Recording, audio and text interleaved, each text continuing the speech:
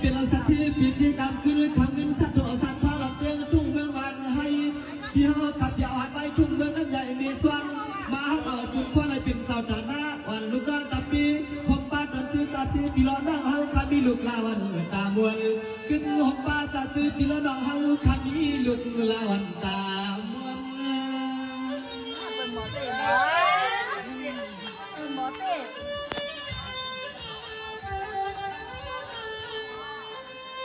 สมาเมื่อในข้าน้องเข้าใจสมสัมนักนาสมาเมื่อในข้าน้องเข้าใจสมสัมนักนาพี่ข้าอ้อ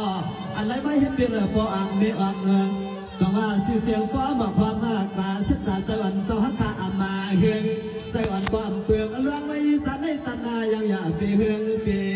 เกิน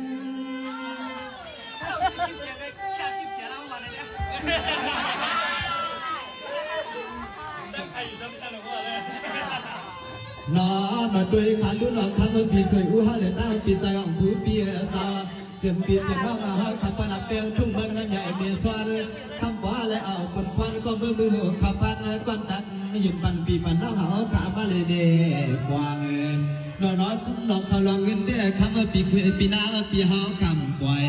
ปันให้เจ้าปีเจ้าน้องเขาหยองเขามาหาเกินตายเลยอำปล่อยปันให้เขาปีเขาน้องสมเล็กมือหยองมือมาหาเพื่อนตายเลยเด้อ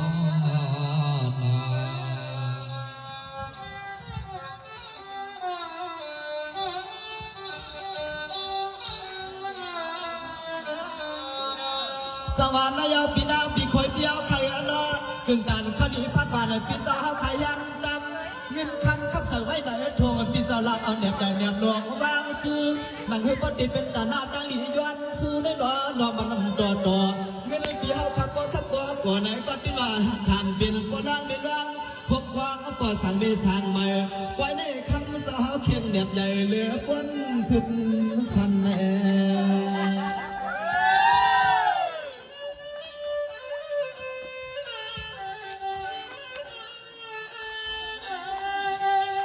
น้องใจไหลยินไหลหันไหลหูไหลด้วย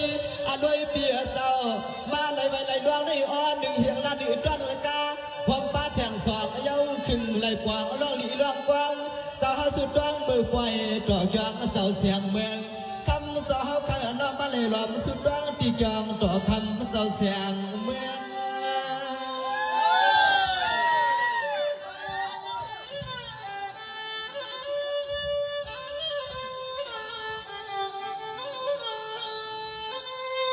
นอ